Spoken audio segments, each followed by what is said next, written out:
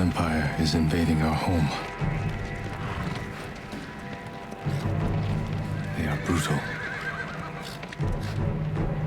relentless, unstoppable.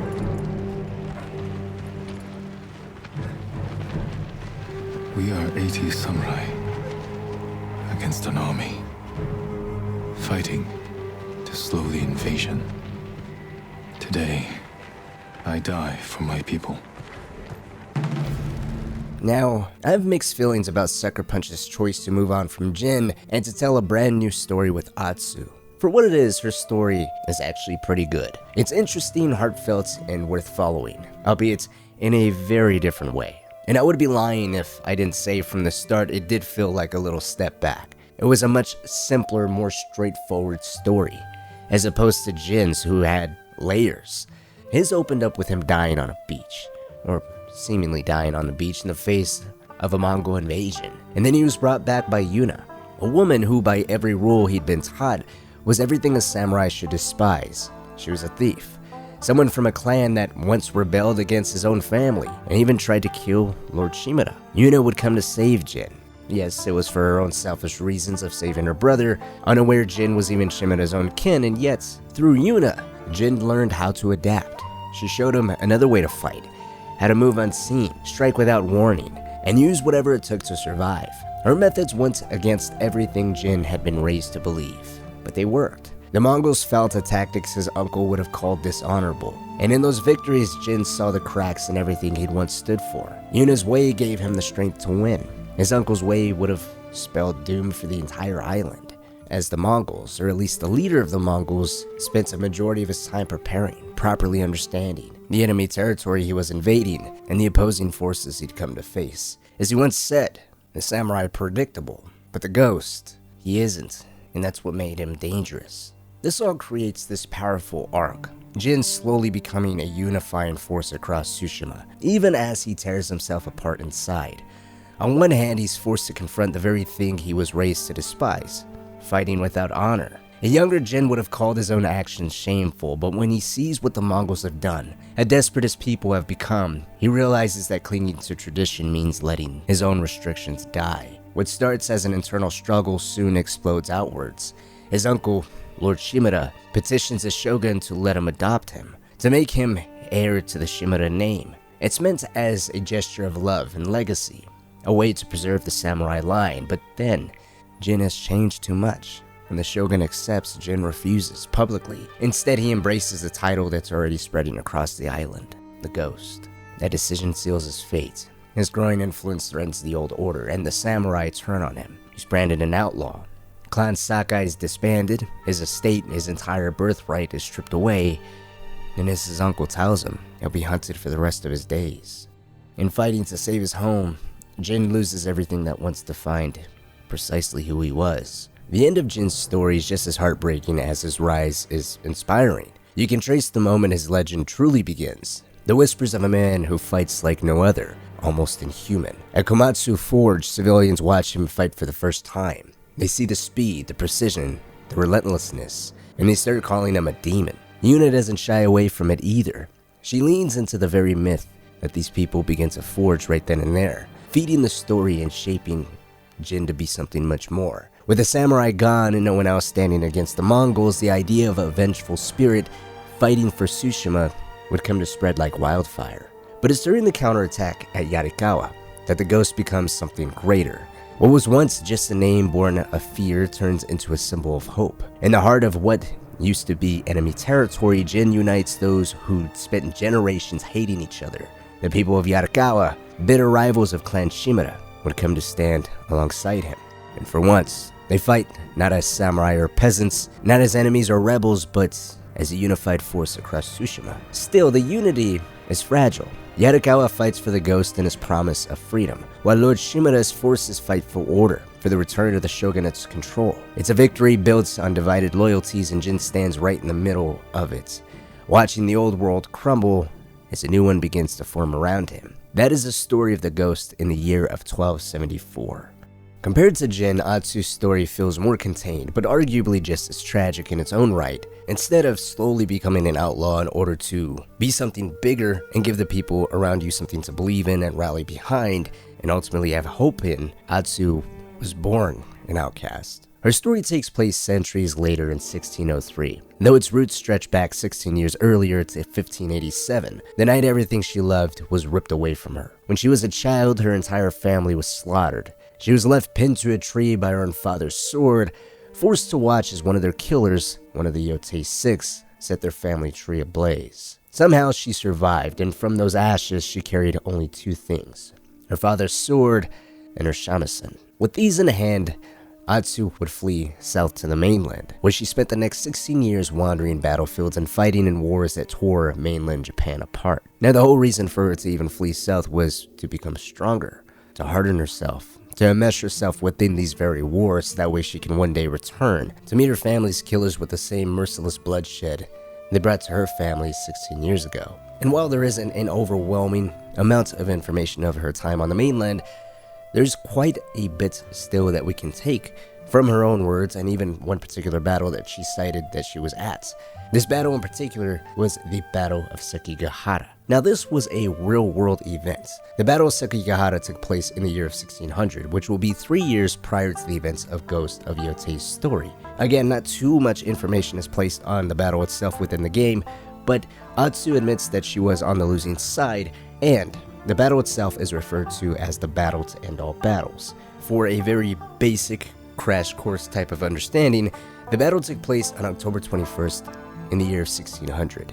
It would come to be known as the decisive conflict that would unify Japan after more than a century of civil war. Two massive armies fought for control of the country. On the one hand, you had the Eastern Army, led by Tokugawa Ieyasu, who wanted to bring all of Japan under his rule. The other side was the Western Army, led by Ishida Mitsunari, who fought to preserve the old Toyotomi government. Over 150,000 soldiers met in a fog-covered valley in central Japan. The fighting was fierce but chaotic. Many lords in the Western Army would come to betray Mitsunari mid-battle and switch sides to Tokugawa, helping turn the tide.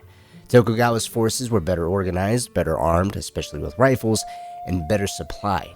By midday, the Western Army was completely crushed, with Tokugawa emerging as the clear victor, later becoming shogun in 1603. His victory would end the Warring States period and begin a 265 years of Tokugawa rule, a long period of peace, strict social order, and isolation from the outside world. So the bottom line is, Sekigahara decided the future of Japan. It ended the age of warring samurai and began the age of centralized control. From this battle alone, it's reasonable to surmise that Atsu may have found herself alongside the ranks of the Western Army, the coalition that ultimately lost that battle. With over 150,000 men fighting in this battle, the death toll was nothing short of apocalyptic, especially for that time, as that was the largest single-day battle in the history of Japan, and would put on full display the crossroads Japanese military thought and culture was at. Modernize and build better logistics and technologically up-to-date tactics and equipment, which at the time Japan was in the midst of its firearm revolution that the Eastern Army happily embraced, or continued to be enmeshed in the romanticism of the samurai way of life, where honor was derived from the sword and the respectable fight between two individual warriors. Sekigahara could easily be seen as a single moment that shaped much of Atsu's perception of the world moving into yotei. Looking back on it, she often said she had no loyalty to any clan or lord, and she meant it. The samurai way of thinking, their blind devotion to hierarchy, their willingness to die for the pride of others, struck her as foolish. To her, the lords who sent men to their deaths for personal ambition were no different from the bandits she'd cut down on the road. The battle itself only proved her right. The side she'd fought with, the Western Army, was torn apart by betrayal and arrogance. Commanders abandoning their cause mid-battle, others refusing to adapt to the new age of firearms. Their defeat wasn't just the loss of a war, it was the collapse of an old way of thinking. And when the smoke cleared, Atsu was one of the few still standing, surrounded by the dead and disillusioned. Surviving that day didn't fill her with pride, it confirmed what she already suspected. In her mind, loyalty had no meaning. Trusting others only invited loss. From that point on, Atsu chose to live by her own code, answering to no one, belonging to nothing, depending only on herself. leaning further into the idea that she was an Onyro, a ruthless spirit that wanders the land, seeking vengeance on those responsible for the pain that drives her forward. In the beginning of the game, she makes it quite clear that her only drive, her only purpose is to bring vengeance on the Yotei 6, and then, once avenging her family, to return to their side in death. Rather than watching her transform into an Onyro, she already sees herself as one. All she ever knew was the rage that burned from within, directed at her family's murderers. It's that intense resolve that she credits for winning so many battles. Her anger and vision always saw her through. Of course, being 16 years since she was last on Ezo, things have changed. The Yotei 6 and Lord Saito have near unchallenged authority across the island, save for the ongoing war with Clan Matsumai, whose presence on Ezo has its own mix of hope or cynicism. Not everyone view them as saviors. Some view them as the lesser of two evils between them and the Yotei 6, while others prefer the samurai way of law and order compared to the Yotei's aggressive means of demanding allegiance. Either you commit your people, skills, and material to the Yotei 6 or be met with swift executions and village razing. It's precisely in this environment that Atsu appears, wasting no time delivering on her promise of vengeance by killing the snake, the first of the Yotei 6.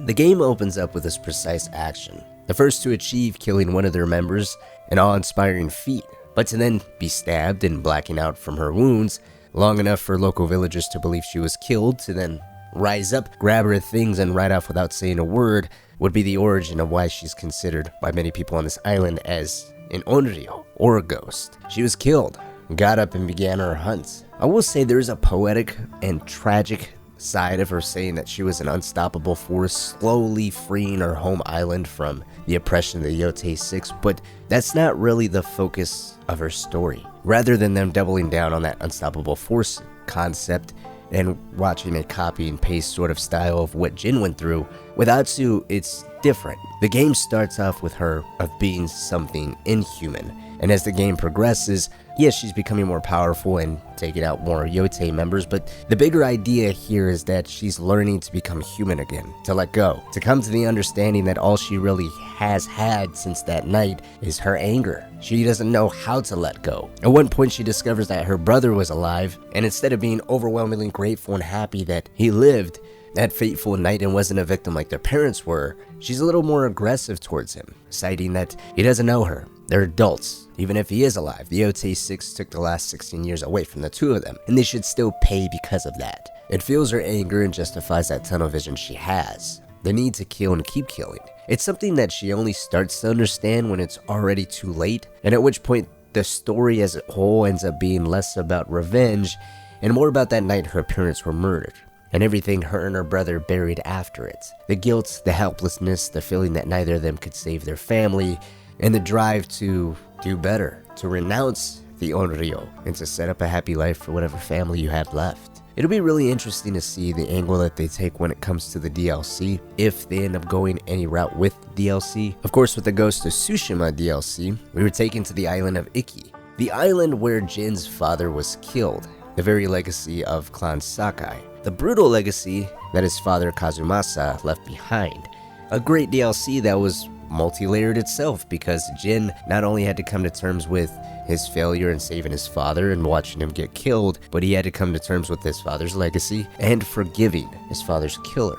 The way Ghost of Yoeti ends, giant spoiler alert, so I just recommend you get off the video now if you don't want to hear how the game ends, but ultimately Lord Saito dies, but so does Atsu's brother, leaving behind his daughter, Atsu's niece, and she's sitting beside her and telling her a story back during her days as an Onyro, which explains how the game's world returns back to Atsu fighting and clearing the rest of the island of Ezo, because when Lord Saito dies, Atsu renounces the Onyro, tries to deal with her anger, and tries to set a better example for her niece Kiku. So if we go the route of DLC, it'd be interesting to see if they take us to the mainland Japan, maybe even experiencing the Battle of Sekigahara, or Atsu just randomly remembers a tale or some type of story on the island of Ezo itself that's currently locked. Whichever route they take would be interesting. But when it comes to comparing Jin's story to Atsu's, it really comes down to personal taste. The two feel almost reversed. Personally, I lean a little bit more towards Jin, the idea of becoming something both hated and loved, just to become something greater. His story is about self-sacrifice, about giving up everything for others. Atsu's is more about redemption, learning that there's more to life than death, that she can still find herself again after losing everything. Both stories explore what it means to live after you've already been broken, but from opposite sides. Jin finds meaning through what he gives up, while Atsu finds it through what she chooses to keep. I'd love to hear your thoughts on all of this too. Which one spoke to you more? Which one did you prefer if you played both games? And if you haven't played Ghost of Yoeti, it's easier said than done, I understand, but really, don't compare the two. They're almost very different experiences with similar art style and of course gameplay, but do try your best to go into this game with a clean type of slate. Don't compare the two. You're only doing yourself a disservice. Maybe we'll do a deeper dive comparing their journeys later on, but in the meantime, subscribe for more Ghost content as we take a closer look at Jin's legacy, how Ghost of Tsushima quietly closed its story, and how it connects to the world of Ghost of Yoeti in a very powerful way.